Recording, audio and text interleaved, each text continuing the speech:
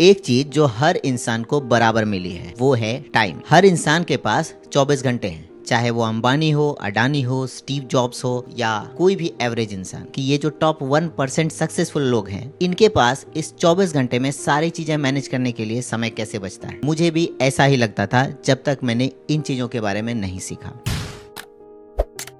एक समय था जब मैं सिर्फ एक स्टूडेंट था। आज मैं एक कंप्यूटर इंस्टीट्यूट चलाता हूँ, लाइब्रेरी मैनेज करता हूँ, वीडियो बनाता हूँ, शूट करता हूँ, प्लानिंग करता हूँ, घूमने भी जाता हूँ और पर्सनल लाइफ भी देख रहा हूँ। लोग पूछते हैं कि 24 घंटे में सारी चीजें कैसे मैनेज हो जाती। तो सच ये है कि मैं लाइफ को मोटिवेशन के भरोसे नहीं, सिस्टम के भरोसे चलाता हूँ और सिस्टम मेरे लाइफ को बहुत ईजी कर देती है। लोग टाइम को लेकर जो प्रॉब्लम फेस करते हैं वो होता है काम को शुरू करने से पहले मन नहीं होना। कल से स्टार्ट करूंगा, परसों से स्टार्ट करूंगा। छोटी छोटी चीजों को करने से पहले एक स्ट्रेसफुल फीलिंग आना, पूरे दिन बिजी रहकर भी उन्हें एक सेटिस्फैक्शन वाली फीलिंग ना आना कि मैंने ऐसा कोई प्रोडक्टिव काम नहीं किया। वैसे तो दिमाग बहुत सारे रैंडम चीजों में बिजी रहता है। जब मोटिवेटेड रहेंगे तो एक ही दिन बहुत सारा वर्कलोड ले लेंगे और लगेगा कि सारा काम खत्म हो गया। फिर कुछ दिनों के बाद बहुत सारा काम पेंडिंग में चला जाता है। अब ये सारी चीजें इसलिए हो पाती हैं क्योंकि आपके पास एक सिस्टम नहीं है चीजों को मैनेज करने के लिए। मेरे लाइफ में जैसे जैसे चीजों में रिस्पॉन्सिबिलिटीज बढ़नी शुरू हुई, मुझे महसूस हुआ कि सिस्टम क्या है। क्योंकि लाइफ अगर ऑर्गेनाइज ना हो तो कुछ समय के बाद चीजें बर्डन लगने लगती हैं और स्ट्रेसफुल हो जाती हैं। सबसे पहली जो चीज मैंने स्टार्ट की अपने सिस्टम में वो था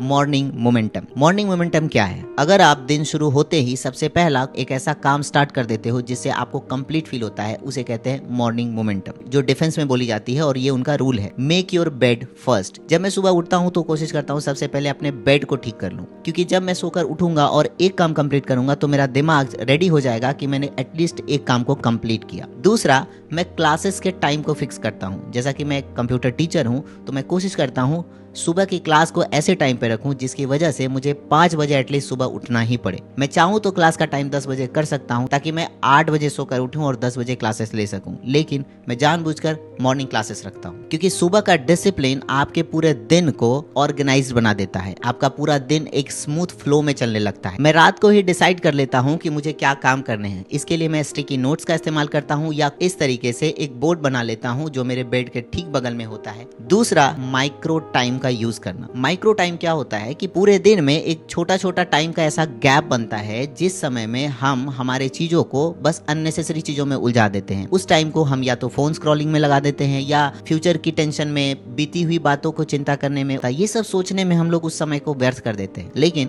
मैं उस माइक्रो टाइम का इस्तेमाल करता हूँ। सबसे पहले मैं चीजों को अरेंज करता हूँ कि मेरी जो चीजें हैं शूटिंग से रिलेटेड या क्लासेस से रिलेटेड, तो मैं उन चीजों को सही जगह पर रख दूं ताकि अगले दिन मुझे उसे ढूंढने में स्ट्रेस न फील हो। दूसरा, मैं टीम के लिए प्लानिंग करता हूँ। मेरी जो टीम है जो मेरे पीछे मेरे काम को संभालती है, उस टीम के लिए मैं एक प्लानिंग क्रिएट करके देता हूँ ताकि मुझे पता हो कि मुझे किस पर्सन से क्या काम लेना है और किसे क्या काम बताना है, और इसके लिए मुश्किल से 5 से 10 मिनट का टाइम लगता है। इस तरह से प्लानिंग करने से मेरा काम तो आसान होता ही है, सामने वाले का काम भी आसान हो जाता है। तीसरा, अगर मुझे टाइम मिलता है स्क्रॉलिंग करने के लिए, मेरे हाथ में फोन है, तो मैं कोशिश करता हूँ उस स्क्रॉलिंग के बीच में भी अपना प्रोडक्टिव काम निकाल लूं, जैसे कि शॉर्ट्स के लिए रिसर्च करना। अगर मुझे किसी टॉपिक पर शॉर्ट्स बनाना है, पहले ही 5-10 मिनट लगाकर 2 से 3 शॉर्ट्स के बारे में आइडियाज गेन कर लेता हूँ, अपने लाइफ से रिलेटेबल थॉट्स निकाल लेता हूँ। और लास्ट वाला तो इतना फनी लगेगा आपको। अगर मैं अपने लिए चाय बना रहा हूँ किचन में, उसे खड़े होकर देखने का इंतजार करने से अच्छा मैं कोशिश करता हूँ किचन में ही 10-20 पुशअप्स मार लूं। अब ये मैं इसलिए करता हूँ क्योंकि मैं अलग से जिम नहीं जाता। मैं वर्कआउट के लिए अलग से अगर टाइम नहीं भी निकाल पाऊँ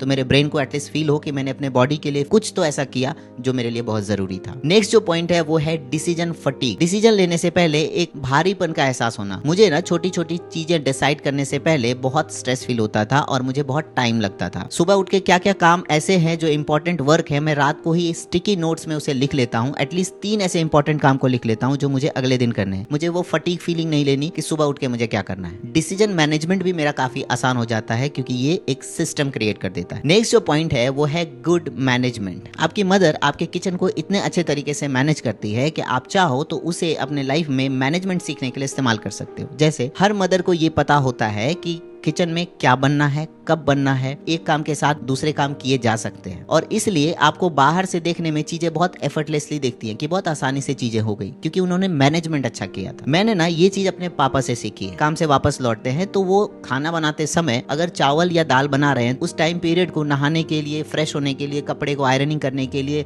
शेव करने के लिए इस्तेमाल करते थे। और मुझे लगता था कि वो आधे या 1 घंटे में इतने एफर्टलेसली सारा काम कैसे कर लेते हैं, कि वो बीच के टाइम को बहुत अच्छे से इस्तेमाल करते हैं। और ये सेम चीज मैंने अपने लाइफ में भी यूज करना स्टार्ट किया। And the next point is planning before action. जब आप किसी एक्शन को लेने वाले हो, उसके पहले एक प्लान बना लो। हमारे समाज में जब शादियां होने वाली होती है तो उसके पहले एक प्लानिंग होती है। गेस्ट लिस्ट क्या होगा, खाने का मेन्यू क्या होगा, और ये सब चीज पहले से डिसाइडेड होती है, तभी एक शादी बहुत अच्छे से मैनेज हो पाती है। मैं एक टीचर हूं तो मुझे अपने अगले क्लास में क्या पढ़ाना है, किस चीज से रिलेटेड मुझे रिसर्च करनी है, कौन से ऐसे टास्क हैं जो मेरे लिए हैं और स्टूडेंट्स को देने हैं, ये सब मैं पहले ही प्लान कर लेता हूं, ताकि क्लास में जाने के बाद उस टाइम को मैं सही से यूटिलाइज कर सकूं। क्योंकि अगर एक्शन से पहले क्लियरिटी हो तो एग्जीक्यूशन काफी आसान हो जाती है। इसी बारे में स्टीव जॉब्स ने कहा था, अननेसेसरी डिसीजन को कम करो ताकि इंपॉर्टेंट चीजों के लिए मेंटल एनर्जी बचाया जा सके। जो मेरे टीम ने मेरे अंदर नोटिस किया है, when I feel stuck I move. अगर मैं किसी काम में उलझा हुआ महसूस कर रहा हूं या मेरी टीम उलझ गई है, तो मैं उस काम को वहीं ब्रेक करता हूं, रोक देता हूं और दूसरे काम की तरफ बढ़ जाता हूं। स्पेशली टाइम निकाल कर उस काम को कंप्लीट करूंगा जिसमें मैं स्टक फील कर रहा था। स्वामी विवेकानंद ने कहा था, अगर तुम कहते हो कि तुम व्यस्त हो तो तुम व्यस्त नहीं, अस्त व्यस्त हो। इसीलिए चीजों को मैनेज करने के लिए जब तुम सिस्टम क्रिएट करते हो